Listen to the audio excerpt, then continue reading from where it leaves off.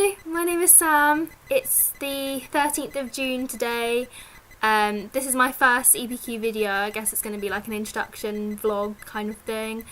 I just thought I would talk about my initial ideas and so on, and I've already realised I said about 6 times, so I apologise for that in advance. This is about my third attempt at recording a decent video, so let's hope it goes well. There we go again. I'm probably going to post the original 2 actually on whatever social media I end up using because it shows improvement, hopefully. That's what I'm aiming. But I'm just going to talk about my ideas and stuff and towards the EPQ and talk about what titles I want to talk about or topics and so on, and yeah. So my first idea was obviously to do a vlog. I mean, I'm doing one now, and I just thought, why not? Because I'm quite good at talking, and you know, talking at an inanimate object is obviously going to work in my favour.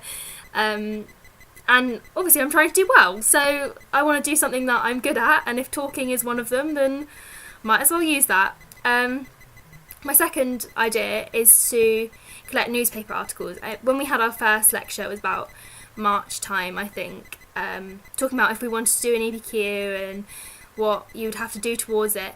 I instantly was like, I want to do this. Like, I think this is something that I can do well in and something different that unis can look at and so on.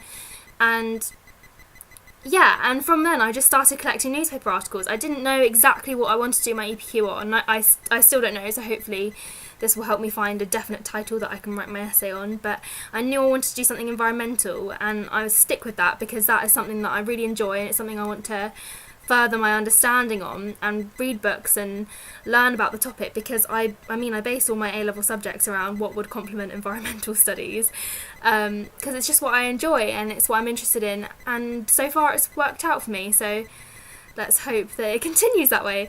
Yeah, I must have about 50 newspaper articles just from the Metro, Daily Mail, Telegraph, so on. I work on in a coffee shop on Friday which sells newspapers on the side along with coffee, and the ones that get left over my boss says I can keep, so I just go through and I take articles that are vaguely environmental, and I've got a few that are on the same topics. I mean, I have obviously quite a lot on the floods that happened, and climate change and things to do with animals and like just everything, just anything that could be vaguely relevant I've collected, because it's something I might need depending on my title. I've had about a month's break of collecting because I was doing my exams, so yeah, they finished 10 days ago, so moving on to my EPQ now and actually focusing on it.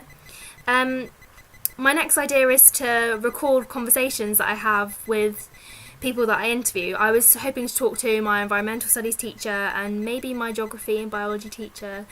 I won't just stick with those teachers because obviously you have to expand your horizons outside of school, so hopefully I was looking at going to a few lectures and maybe talking to the lecturer and hopefully a few university professors.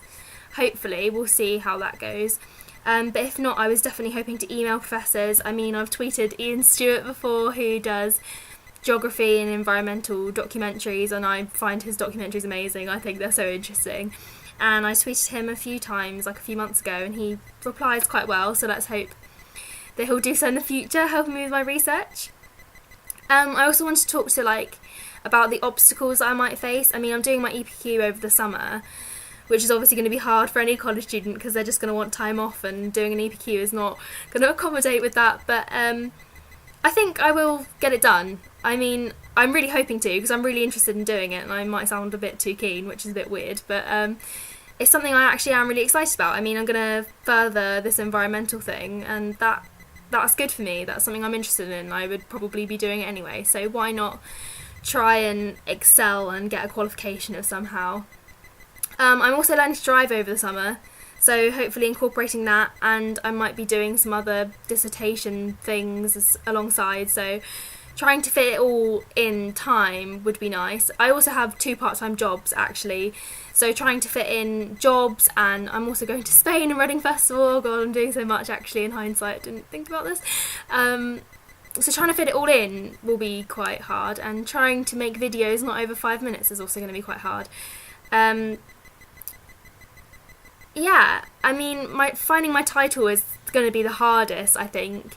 I mean, I've got so many ideas. I was looking at different environmentalists. I was looking at James Lovelock and the Gaia hypothesis and writing about whether what he says can be proved in today, because it was wrote in something like 1906, I think, and whether that it's still valid, and looking at Al Gore's theories and that also being something that happened quite a while ago, and whether what he was saying about climate change was true, like at the time, and so on, and looking at different graphs, and there's so many ideas, I just don't know.